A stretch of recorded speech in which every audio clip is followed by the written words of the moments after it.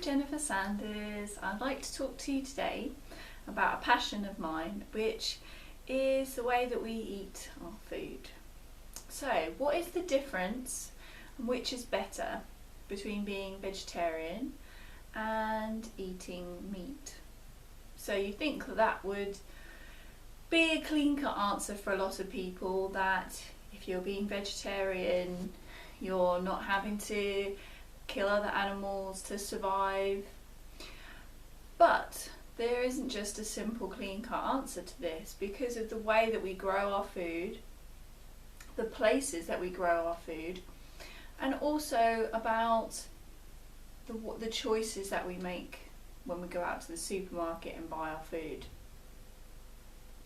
So I'd like to look at the pros of being vegetarian first of all, because I myself am vegetarian. It's one of my big passions, is vegetarian cooking.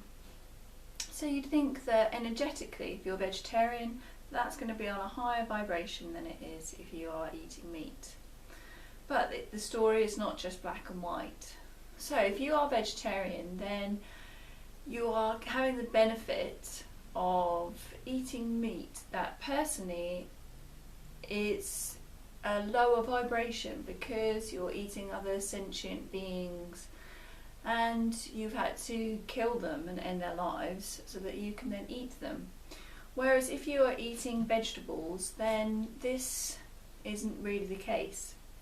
Okay, yes, they are living organisms that have grown, but they're not sentient animals that have as much consciousness as cattle and lambs and all the other types of animals that we eat as meat. Also, on a global scale, it's better for the environment that we are eating more vegetables.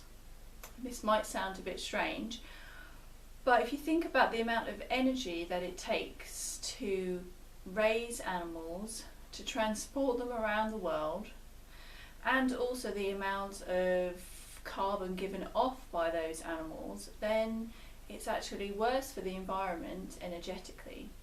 So the more people that can eat more vegetables, then this is better for the environment as well. And we'll be able to sustain the food production that we are giving to society into the future. If more people decide to eat more vegetables and less meat, then overall we're going to be looking after the environment and society into the future. So let's look at the other part of the argument then about eating meat. So is always eating meat always going to be lower energetically than having a vegetarian diet? No. And one of the reasons for this is the type of food that you choose when you go to the supermarket.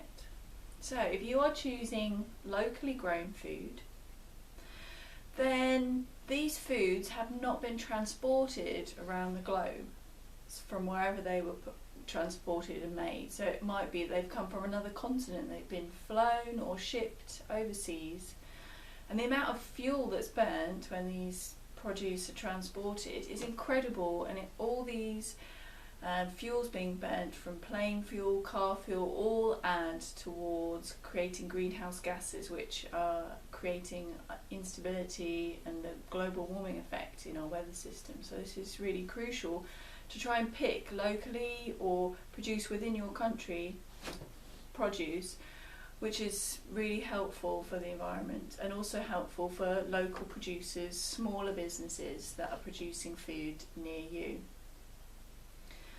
The other part of this is about organic food. So if you're picking meat produce that has been organically grown and ethically raised animals, then the vibration of this food that you're eating is much higher because of the life that those animals have had and the conditions that they had their life in. They were much happier, they were breathing in fresh air, they weren't kept inside in tiny cages. And also the amount of pesticides and fertilizers within the foods. Okay, so were the animals given artificial nutrients to eat, or were they allowed to graze outside on fresh food that doesn't contain as many chemicals. And this goes the same for vegetarian food. So if you're vegetarian but you're not considering where your food has come from, and you're always buying food that's from other countries, it's not organic, so it's got those extra chemicals in, then that brings the vibration of your food down. And so actually eating a meat diet that is grown, reared locally and is organic, then that can be much higher. So it's not just a case of choosing vegetarian food over a meat diet. It's about the choices you make when you go to the supermarkets. And you have power as a consumer when you go to the supermarkets and buy your food. There is a lot of choice because the supermarkets are all competing with each other for your business. So the choices you make within that supermarket do have an effect straight away. The more people that are buying organic foods and free-range eggs and free-range meat, the more that those supermarkets will stock those foods, and so we're having a better impact on the people that want to produce those foods. They're going to have more business, more demand for it, and that will actually help bring the price down a little bit. And the price is not always that different. You know, yes, it is a little bit more, but if you're buying a quality product for yourself, then you'll be happy to pay that little bit extra to get the quality product. I know that a lot of you feel that way. You're not always going to buy the most cheapest brand item, the value item, because you want something that lasts a bit longer or that has a better taste, and you're getting that when you buy organic foods and free-range foods and locally grown foods that are in season. They're going to taste a lot better. So I hope that you resonated with some of those choices, and that you realise that the choices that you make now can have an impact on the environment and on your own energetic spiritual evolution, if that's important to you. It's something that I feel really strongly about, and it's something you can do now. You don't have to do it later when you've got enough money. You can start making smaller choices and just exchanging a few of the products that you buy each time you go to the supermarket.